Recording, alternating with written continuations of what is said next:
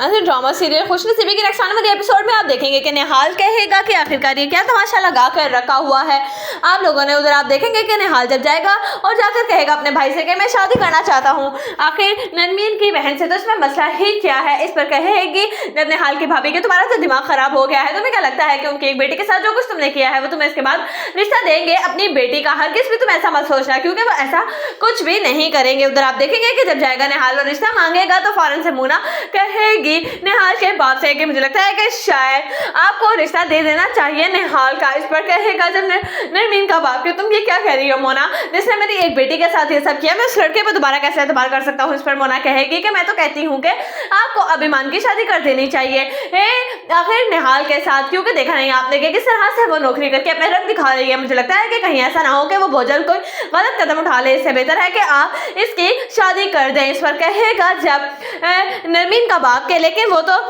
रिश्ता माहीन के लिए लेकर आया है ना कि ईमान के लिए। इस पर सोचेगी मोना कि चलो अच्छी बात है, एक भला तो मेरे सर से टलेगी।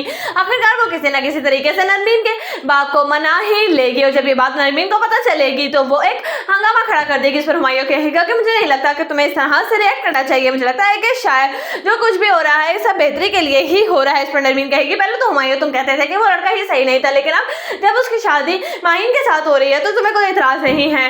इस पर कहेगा हुमायूं कि देखो जो कुछ भी है लेकिन अब वो सारा का सारा फैसला अंकल का ही होगा, जो भी वो करेंगे इससे बेहतर ही होगा कि तुम इस सारे मामले में बिल्कुल भी कोई दखल अंदाजी ना करो नरमीन। इस पर नरमीन कहेगी कि ठीक है। उधर आप देखेंगे कि जब मोना सोचेगी कि चलो अच्छा ही हो गया किसी ना किसी तरीके से ही सही, लेकिन कम अज कम मेरी शादी तो हो गई ना इस बुढ़े के साथ। अब देखोगे किस तरीके से मैं इसकी दोनों बेटियों को भी इस घर से बाहर निकालूंगी और इसको भी, और किस तरीके से ये घर अपने नाम करवा कर इस घर पे और इस सारी जायदाद पे कब्जा कर लूंगी, क्योंकि मैं तो आई ही इस मकसद के लिए।